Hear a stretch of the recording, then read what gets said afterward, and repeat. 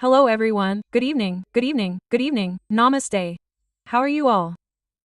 I welcome you all to a very wonderful video. In a live session, what are we going to cover today? Children, we will revise the entire ecosystem in just 15 minutes. In the form of different points. Yes, first of all, tell me in the comment, can you hear my voice? Can you hear my voice properly? Am I audible to everyone? I will tell you once in the comment and please like the video. Please like the video. And many children are having iftar right now, so maybe they are busy in that. So, without wasting any further time, let us start this video, this session. Friends, we will revise this entire chapter here within 15 to 20 minutes. Yar, first of all, if we start here, what is the first thing that comes in the ecosystem? Yar, okay, I will take the highlighter. Is the ecosystem your functional unit of nature? This paper directly asks what are the functional units of nature. So that is your ecosystem. Now, children, which ecosystem is the entire biosphere? So, the entire biosphere is your global ecosystem. Yes. Now, what makes up the global ecosystem? So, it is made up of many local ecosystems. Yes. Now, this question comes in the paper that what all comes in your terrestrial ecosystem. So, my dear children, under terrestrial, you will have forests, grasslands and your deserts. These three together will form your terrestrial ecosystem. The land ecosystem. Then comes who will form the aquatic ecosystem. Aquatic ecosystem. So this creates your pond, lake, wetland, river and estuaries. This means mouth of the sea. This is your aquatic. Now look, in the paper, there is also a question that what are the man-made ecosystems? So we will have these two. Yes, one is crop field and one is your aquarium. What is this for you children? This is your man-made ecosystem. Yes, is it clear? Now look, do we call the input productivity here? Yes. And what all things happen under productivity? Look very carefully. Yes, here energy is transferred. Now how will the energy be transferred? So this will happen through 3 or 4 mediums. How? One is food chain or food web and the other is nutrient cycling which your NCERT has just removed. Yes, this is your input. What productivity? It can come in the paper. So what is the output? Output means degradation which we call decomposition and you have energy loss. Is it clear? These are all the major functions of your ecosystem. No one should have any problem till here. Okay, now let's move forward. Next, if you remember, we studied the structures and functions of ecosystem. Yes, now what is an ecosystem? A place where biotic and abiotic components interact with each other. Do they? Look, so the interaction of biotic and abiotic components results in the physical structure. That structure is called ecosystem. Okay, come on, yes. Now what does stratification mean? So the vertical distribution of the different species occupying the different levels. Like trees come in your top vertical strata? Shrubs will come in your second. Okay? Herbs and grasses come in your bottom. Yes. So if the examiner asks you what is the vertical distribution of the species called, so this is called stratification, children. Now see what are the components of our ecosystem. We have an ecosystem made up of 4 components. Yes, the first one is your productivity. The first is your productivity. The second is your decomposition. The third is your energy flow and the fourth is your nutrient cycling. What do we have to study from these children? So sorry Yar. Now fine, there is a little lag. It is working fine now. Children, give me a second Yar. I will just fix it. Just give me a second. I will fix it a little Yar. Just give me a second Yar. I will just fix this. So sorry Yar. This should not have happened. Our air server crashed. That happens sometimes. Just give me a second Yar. Have you got it? What happened? Just give me a second. Kids, I am connecting my MacBook. There shouldn't be any problem right now. Sometimes small things happen in big cities. There is no problem. Hey friend, get connected by ya. It has been connected. Why is this not visible? Let's fight now. Is it visible now kids? Is it visible now? Now visible. Hey friend, why is this not visible? Kids, give me a second. It should be visible friend. Now I will start the stream again. Kids, once I start the stream again, Wait a second. Now, fine, can I hear my voice? My voice is still coming. So sorry for this. Okay, now fine. Come on, quickly, right? Let's revise it once and take it. What did we say, kids? What we said is that there are 4 components of an ecosystem. One is your productivity, decomposition, energy loss, and you have nutrient cycling. Now the first thing that we will talk about, kids, is your productivity. Now we have 2 types of productivity. One is primary and one is your secondary. Now what is primary? Look, primary means the amount of biomass or organic matter which is produced by what? Which is produced per unit area over a time period by the plant during the photosynthesis. How much of something is being produced by photosynthesis? That is called primary productivity, kids. Okay, come on. How will we represent this? Yes, in the terms of the weight or your energy.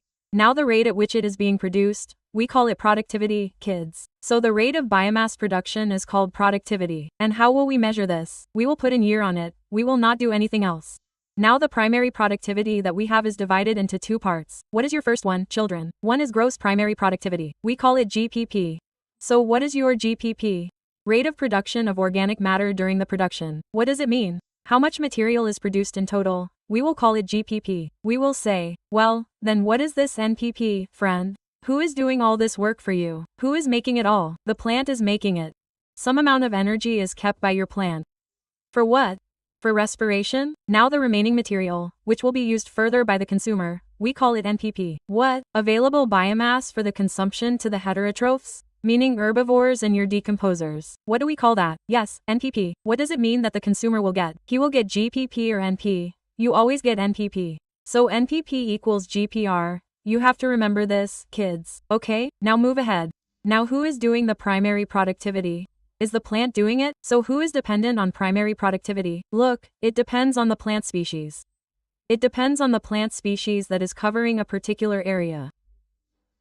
Now who all will depend on this? Environmental factors. If your environment does not favor you, then how will the plant do photosynthesis? It will get affected, right? After this, the availability of the nutrients and your photosynthetic capacity of the plant. If your leaves are small, then also the productivity of the plant will get affected. Yes, okay, now see, what do you get in different ecosystems? You get different types of productivity. Now, if we talk about annual net primary in different ecosystems, we mean NPP. We do not mean GPP. Why? The consumer is the one who uses the NPP. Yes. Now if you see, what is your NPP in the entire biosphere, children? 170 billion tons. Now what weight is this? This is your dry weight of organic matter. And if you remember, who covered the maximum area in our entire world? Your ocean has covered it, okay? The productivity of the ocean, which covers 70% of the entire surface, its productivity is only 55 billion tons. What do you mean? The one which has covered more area, its productivity is the least. How much? 55 billion tons. That's it. Okay, this is your rest land, which means that the 30% area which is on your land gives you the maximum productivity, children. There will be no problem till here. Now what is secondary productivity after this? It means the rate of formation of new organic matter by the consumer. Now how much stuff is the consumer producing? If the consumer produces X and Z amount, then we will call it secondary activity. Okay, so this is very important, children. I hope you all have understood this. Now after this, your next task is decomposition. What does decomposition mean, children? Okay, breakdown of the complex organic matter into inorganic substances like carbon dioxide, water and nutrients. Pay attention, son. What? We are breaking down organic matter into inorganic matter. Which ones? Into carbon dioxide, water and nutrients. Now what raw material will be required for this? Detritus will be required. Now detritus means dead remains. Okay, dead plant remains like leaves, bark, flowers and dead remains of the animals including the fecal matter. Are all these your raw materials? Now see, children. There are 5 steps in decomposition. 1 is fragmentation, 1 is leaching, 1 is your catabolism, humification and your mineralization. These 5 are steps of which, children? Of decomposition. Now see, what do you have in fragmentation? Breakdown of detritus into smaller particles. What does detrivores mean? Those organisms that break down detritus. So the first process is called fragmentation. What will happen here? Children, the organisms are broken down with the help of detrivores. For example, best means warm. What does leaching mean, children? All your water-soluble inorganic nutrients that are getting precipitated in the soil horizon is called leaching. go down into the soil horizon and get precipitated as an unavailable salt. That is called leaching. What does catabolism mean, children? What will the bacterial and fungal enzymes break down the detritus into? They will break it down into simple inorganic compounds, okay? Into simple inorganic substances, okay? Now look at your FLC, fragmentation, leaching, and catabolism. Does this happen simultaneously? You should remember this. After this, what does humification mean, children? Accumulation of the dark amorphous humus which is slightly highly resistant to the microbial action. Now how is this formed, children? How is humification, this dark amorphous substance, formed? It is formed due to the further breakdown of your detritus. Yes, is it clear? Now this is your colloidal reserve. What? These are small particles which remain reserved in the soil like nutrients. And now the decomposition of humus happens very slowly.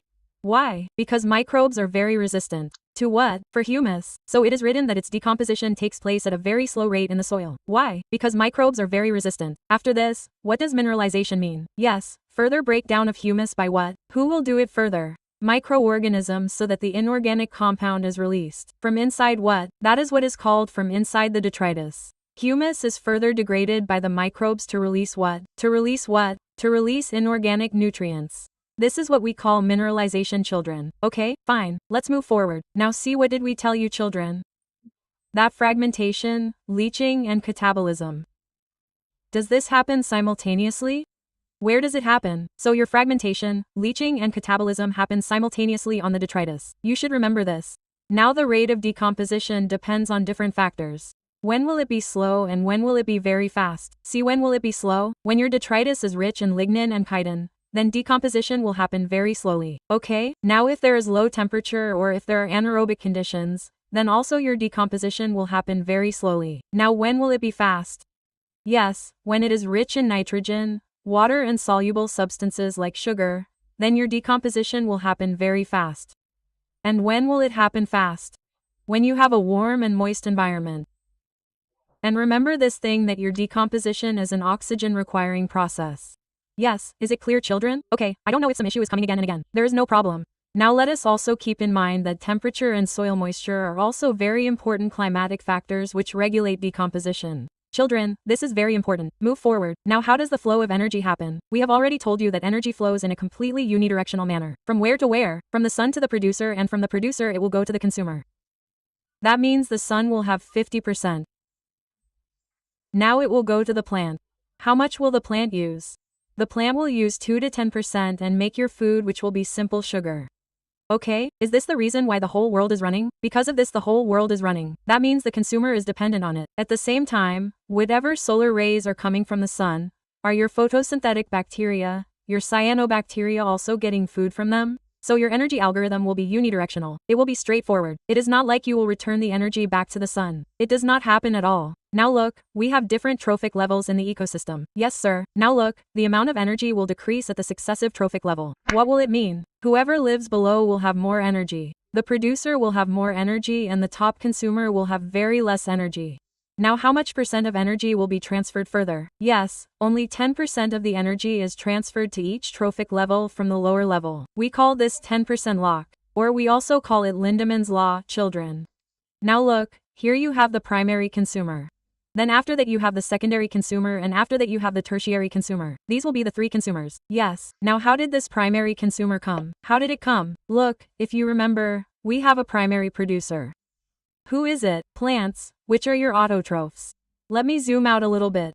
Who are these kids? Autotrophs. So this will represent your first trophic level. Represent T1. Like this green plant. What is the best example of this? Like herbaceous or your big plant?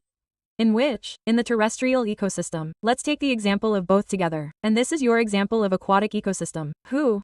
Algae, phytoplants, and your higher plant.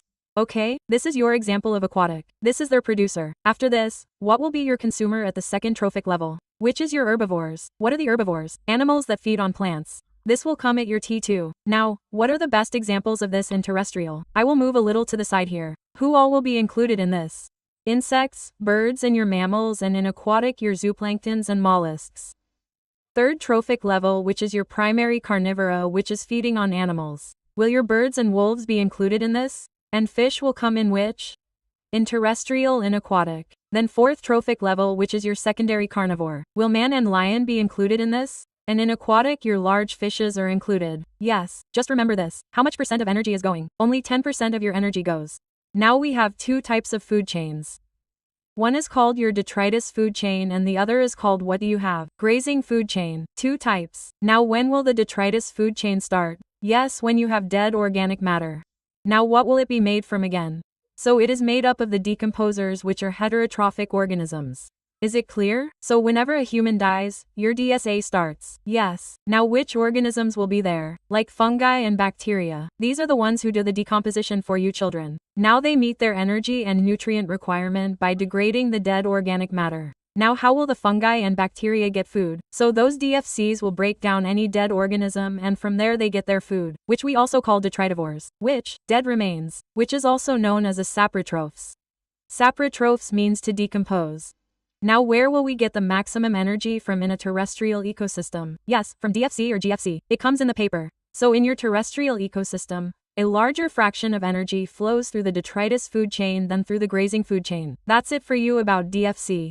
Now what will be your source of energy in the grazing food chain? Will there be the sun? This is your source of energy. Now all the autotrophs will assimilate food using the simple inorganic material and radiant solar energy. What do you mean? Your organic material will be made from your inorganic material. What's happening in photosynthesis? Carbon dioxide and water are combining to form glucose. Now energy will always flow from the autotrophs to the heterotrophs according to the law of thermodynamics. Second and first laws, right? Which ones? Law of conservation of energy and your law of randomness. Now the grazing food chain in the aquatic ecosystem is almost non-existent.